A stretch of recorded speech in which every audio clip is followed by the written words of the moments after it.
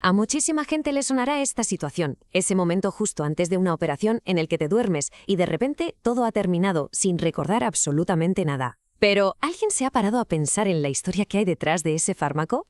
Pues hoy vamos a descubrirla.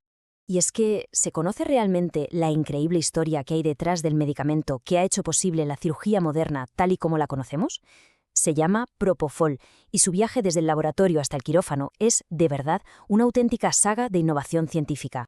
Para entender por qué fue tan revolucionario, primero tenemos que viajar un poco al pasado. A ver, antes del Propofol, la anestesia funcionaba, sí, pero a menudo dejaba a los pacientes con un recuerdo bastante amargo. Vamos a ver por qué el mundo médico pedía a gritos un cambio. Pensemos en los años 70. Someterse a una operación era una cosa, pero la recuperación, eso era otra historia muy diferente. Lo ideal, como se ve aquí, era una recuperación rápida y estable, pero la realidad era bien distinta. Despertares lentísimos, mareos, náuseas. Los médicos lo tenían clarísimo. Tenía que existir algo mejor. Y esa búsqueda de algo mejor no fue solo una idea que se quedó en el aire. No, se convirtió en una misión en toda regla, una misión que asumió un científico decidido a encontrar una solución que fuera más segura y, sobre todo, mucho más amable para el paciente.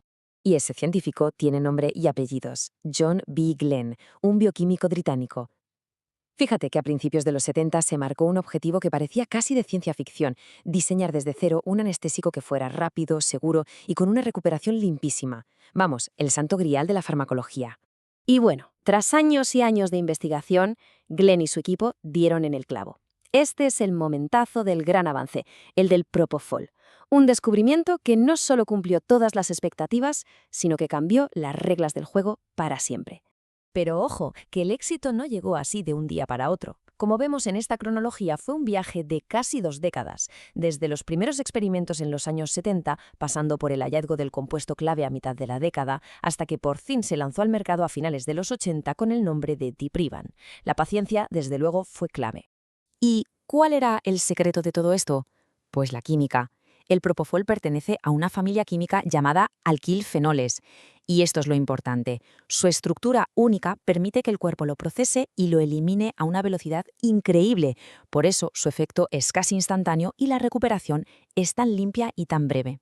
Claro, un avance como este no se quedó en el laboratorio. Provocó una auténtica revolución en el cuidado de los pacientes. Por su apariencia blanca y su efecto, se ganó enseguida el apodo de leche de la amnesia.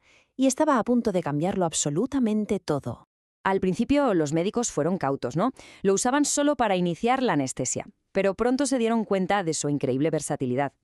El verdadero cambio de paradigma llegó con la cirugía ambulatoria. Por primera vez, los pacientes podían someterse a una operación por la mañana y dormir en su propia cama esa misma noche. Fue un cambio de vida total. Y a partir de los años 90 sus usos se expandieron de una forma drástica.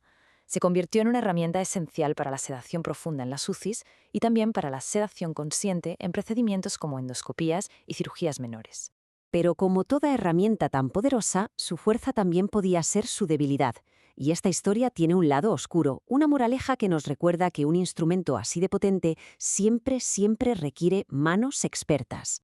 Por desgracia, el mundo entero fue testigo de estos peligros en 2009, con la trágica muerte de Michael Jackson.